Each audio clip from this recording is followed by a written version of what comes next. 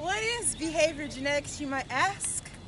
It's a study of the power and limits of genetic and environmental influences on behavior, a combo of circumstances, and how they affect people.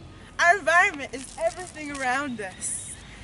We can think of it as hot water that enables a tea bag to make the tea's actual flavor.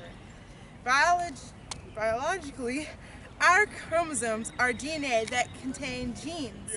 Our DNA is the genetic code that makes up the chromosomes.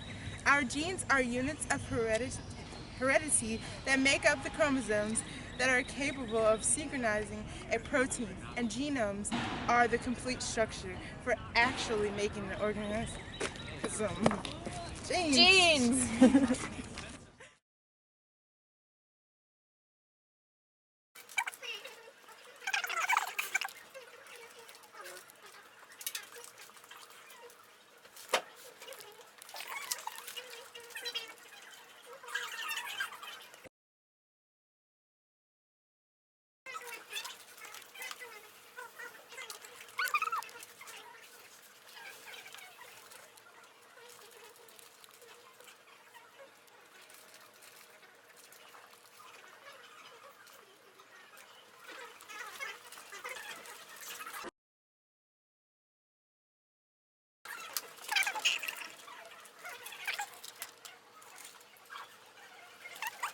I'm here today to tell you a little story about twins separated at birth. Jim 1 and Jim 2, Jim Lewis and Jim Springer, were separated at birth and raised by different parents. They married the same named lady, they had the same named dog, and the same named kid, James Allen, but they never actually knew the other person existed until they were 38 and Jim 2 decided to go looking for his twin, and when they found each other, they realized how similar they really were. And they discovered that they were separated at birth. This shocking identical twin separated at birth study helped shift scientific thinking toward a greater appreciation of genetic influence. Kids who are raised together, even if they are biologically related, usually do not resemble each other in personality. Take like a sporty girl versus a girly girl.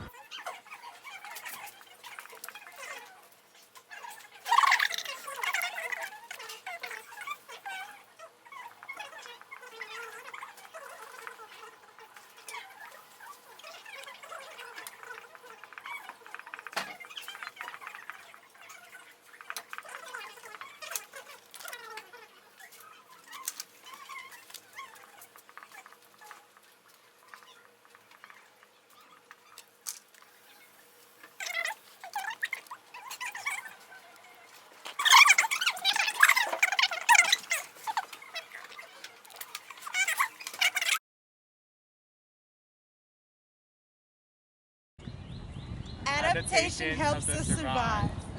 Because of nature, we both have the same traits. For example, me and India both have 2 eyes, and we have the same bone structure. Due to nurture, our genes can be influenced by environment. For example, race, culture, and family.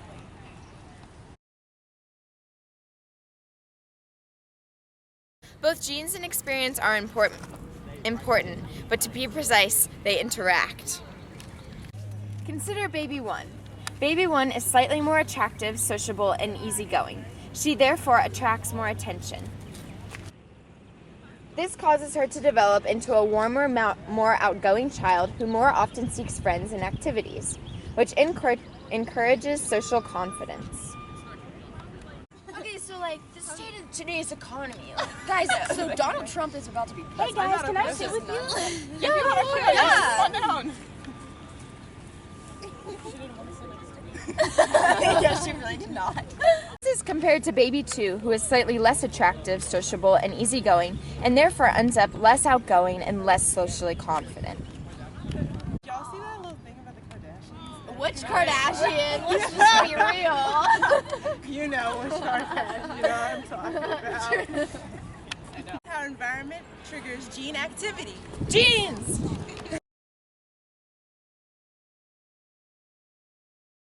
Hi, I'm a molecular geneticist. Hi.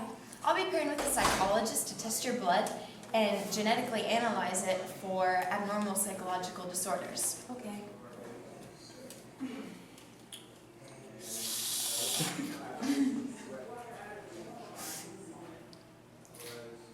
Okay.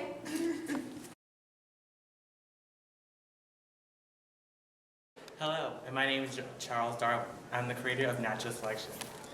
I developed the principle that desirable traits lead to reproduction. Therefore, they are most likely passed on to future generations.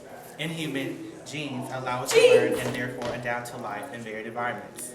A human will live differently in the deserts than they would in Antarctica. That's it. Adaptive flexibility contributes to our fitness, our ability to survive and reproduce. Today we crave sweets and fats because they taste good. We are naturally predisposed to prefer these foods because our ancestors ate these tasting foods for survival. Now they are not eaten for necessity, but they sure do taste good. And we're back with another evolutionary explanation, this time concerning human sexuality. Men are predisposed to and therefore almost always more likely to initiate sex than women. Women's approach to sex is much more relational. They pair wisely. Versus men whose approach is much more recreational. They pair widely. Men universally prefer healthy, young appearing women that appear to be at peak fertility, which is reproductively advantageous. While women generally prefer much more mature, dominant, bold, and affluent men. Both sexes want healthy babies. Genetic carries to pass on the truth.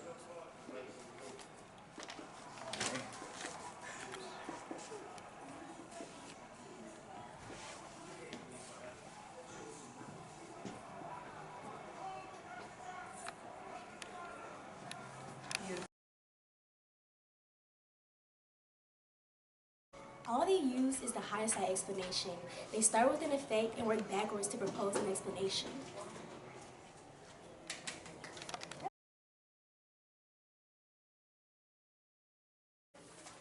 We must remember that how we came to be need not dictate how we ought to be.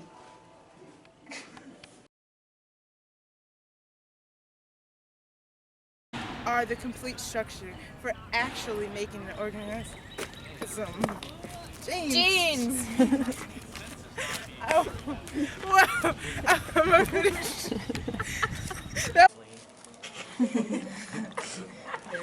Can we get a shot of him saying that? I'm gonna eat vigorously. Yeah, do it.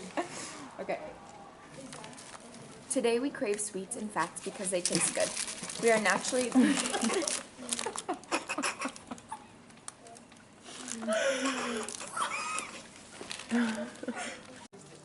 A modern day example. Today we crave sweets and fats because they taste good. We are naturally predisposed to prefer these foods because our ancestors ate these tasting foods for survival. Now they are not eaten for necessity, but they sure do taste good. Like, do some thumbs up and be like, yeah. Damn, Darwin. Back at it again with the white men. Therefore, they are most likely passed on to future generations. In humans, genes allow us to learn. Oh, I didn't know you were Keep going! That's it. Jeans. Here we are back with another evolutionary explanatory. This time concerning humans. Here we are back with another explanatory explanation. This time concerning human sexuality. Men are predisposed to and therefore almost always more likely to initiate. We must remember that how we came to be need not dictate how we ought to be.